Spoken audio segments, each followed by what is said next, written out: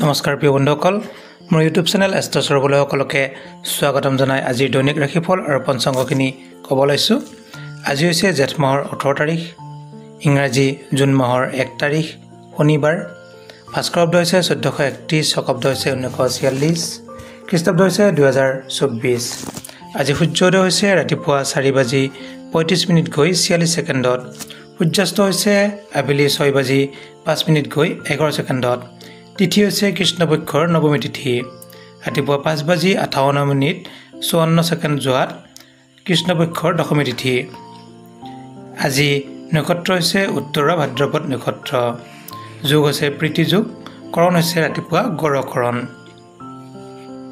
আজি শিশুৰ জন্ম হ'লে মীন ৰাশি, বিপ্ৰবৰ্ণ, মনুষ্যগণ, গৰুৰ অস্থি, অগ্নিযোগ, অস্তুতৰী হৈছে শুক্ৰ দশা, বিংশোত্তৰী শনিৰ দশা। আজি আদ্য ঋতু হ'লে 12 দিনীয়া দুৰ্ভগা যোগ পাব। আজি কাৰোবাৰ মৃত্যু হ'লে 1 পদ দুখ পাব। আজি পূব দিশত কোনো শুভযাত্ৰা নাই, ৰাতিপুৱা 5:58 54 ছেকেণ্ড যোৱাত উত্তৰ দিশত কোনো শুভযাত্ৰা নাই। আজি কোনো শুভকৰ্ম নাই। আজি ৰাতিপুৱা লাও খোৱা নিষেধ আৰু 7 বজাৰ পিছত, ৰাতিপুৱা 7 বজাৰ পিছত কলমৌ খোৱা নিষেধ। আজি দশমীৰ একনিষ্ঠ সপিন্দন। এতিয়া হৈছে দৈনিক ৰাশিফল। মেঘ ৰাশিৰ আজি নতুন আদৰ্শ থাকিব, ৰাজ সন্মান লাভ কৰিব, আৰোগ্য লাভ কৰিব আৰু কোষ বৃদ্ধি মানে ধন ধানৰ টকা পইচা বৃদ্ধি যোগ হৈ আছে। স্বাস্থ্যত অতি শুভ, পাৰিবাৰিক দিশত কিছু অসুবিধা থাকিব পাৰে, কৰ্মত সুনাম থাকিব, বিদ্যাত অতি শুভ থাকিব। শুভ সংখ্যা হৈছে 1, শুভ ৰং হৈছে ৰঙা। এতিয়া আছোঁ বৃষ ৰাশি। বৃষ ৰাশিৰ জাতক জাতিকাসকলৰ আজি ব্যৱসায়ত আনন্দ লাভ কৰিব আৰু ব্যৱসায়ত লাভ হ'ব। আৰু যদি আমি চাওঁ, সেই বৃষ ৰাশিৰ হৰ্ষ যোগ, ভোগ বিলাস, কৰ্মপ্ৰাপ্তি যোগ, ধনস্থানত অতি শুভ। প্ৰেমত শুভ বুলি ক'ব পাৰি, কৰ্মত মধ্যমীয়া, কিছু বিদ্যাত অলপ বাধা যোগ আছে। স্বাস্থ্যত অতি শুভ। শুভ ৰং হৈছে পখৰা বা ৰঙা। শুভ সংখ্যা হৈছে 8। এতিয়া আছোঁ মিথুন ৰাশিৰ। মিথুন ৰাশিৰ জাতক জাতিকাসকলৰ আজি বলিষ্ঠ মনোভাৱ থাকিব। আৰু যদি আমি চাওঁ, ৰাজ সন্মান লাভ কৰিব, কিন্তু কিছু ধৈৰ্য ধৰিব লাগিব। আৰু ধনাগমন হ'ব, অতি শুভ, কিন্তু কিছু সৰু সুৰা স্বাস্থ্য হানি যোগ আছে। ধনস্থানৰ অতি শুভ। পাৰিবাৰিক দিশত শুভ বুলি ক'ব পাৰি, প্ৰেমত আনন্দৰ যোগ, কৰ্মত মধ্যম, আৰু যদি আমি বিদ্যাত অতি শুভ। শুভ ৰং হৈছে কমলা, শুভ সংখ্যা হৈছে 7। এতিয়া আছোঁ কৰ্কট ৰাশি। কৰ্কট ৰাশিৰ জাতক জাতিকাসকলৰ আজি আনৰ প্ৰতি শ্ৰদ্ধা বাঢ়িব, বন্ধু লাভ কৰিব, আৰ্থিক উন্নতি হ'ব, আনৰ পৰা কিছু সহায় লাভ কৰিব, পদোন্নতি যোগ আছে, সৌভাগ্য যোগ আছে। স্বাস্থ্যত অতি শুভ, ধনস্থানত মধ্যমীয়া, পাৰিবাৰিক দিশত অতি শুভ, প্ৰেমত আনন্দ হ'ব, কৰ্মত শুভ বুলি ক'ব পাৰি, আৰু বিদ্যাত অতি শুভ। শুভ ৰং হৈছে বগা, শুভ সংখ্যা হৈছে 4। এতিয়া আহিছোঁ সিংহ ৰাশি। সিংহ ৰাশি জাতক জাতিকাসকলৰ শিপিনীৰ আনন্দ থাকিব, ছাত্ৰ ছাত্ৰীৰ কিছু আনন্দৰ যোগ দেখা যায়, আৰ্থিক উন্নতিৰ যোগ দেখা যায়, সন্তান আদি লাভৰ যোগ আছে। গতিকে কিছু বন্ধু লাভ হ'ব, আৰ্থিক উন্নতি হ'ব, কিন্তু মানহানি অলপ যোগ আছে।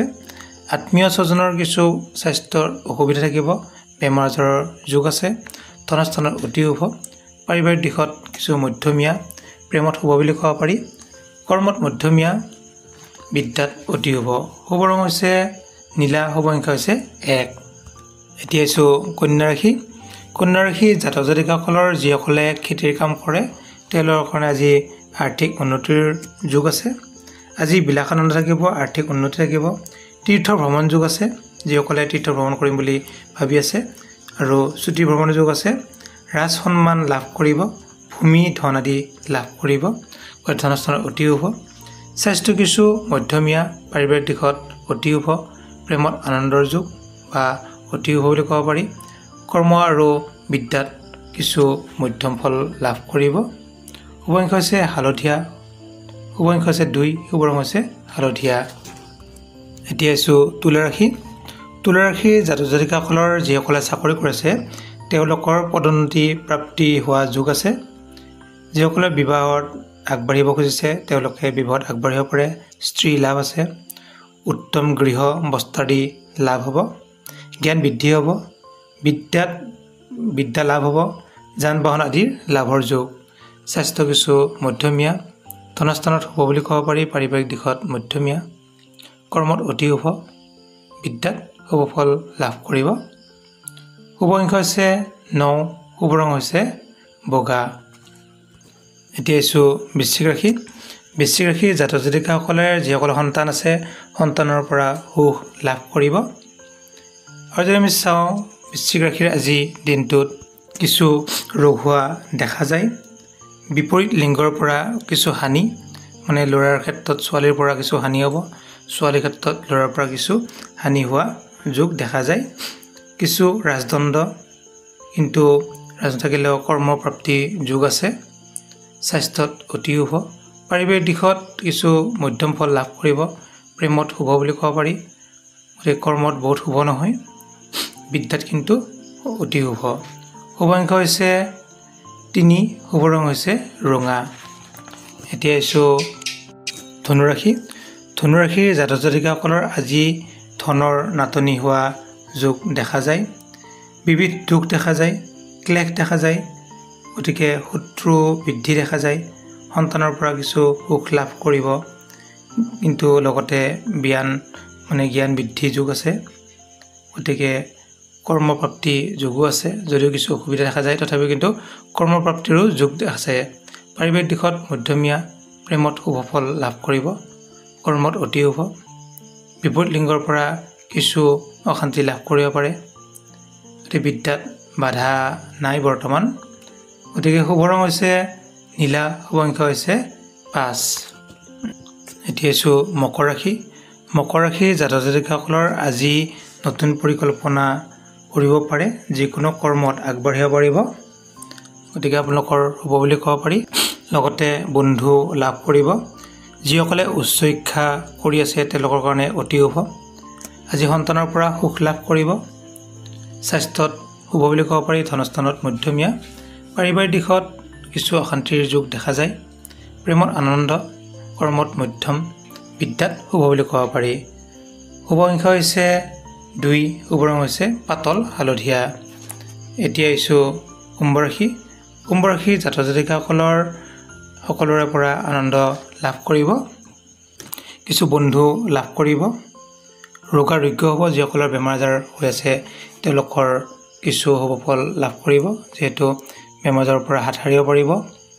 যদি আমি চাওঁ ছুটি ভ্ৰমণৰ যোগ আছে।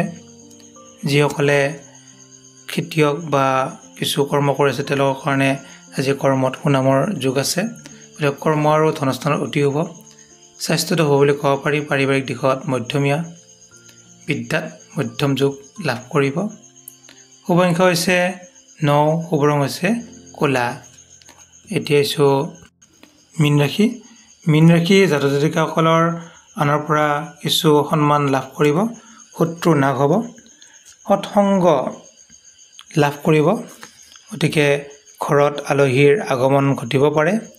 শিক্ষকসকলৰ আজি সুনাম দিন। স্বাস্থ্যত আপোনালোকৰ শুভ বুলি ক'ব পাৰি। ধনস্থানত মধ্যমীয়া। পাৰিবাৰিক দিশত মধ্যমীয়া। প্ৰেমত আনন্দৰ যোগ। কৰ্মত মধ্যম। বিদ্যাত অতি শুভ। আৰু যিসকলে মোৰ চেনেলটো নতুনকৈ আহিছে আপোনালোকে ছাবস্ক্ৰাইব কৰি দিব। দৈনিক ৰাশিফলখিনি শুদ্ধকৈ দিয়া আছে কালপুৰুষ পূৰ্ণাংগ পঞ্জিকাৰ পৰা।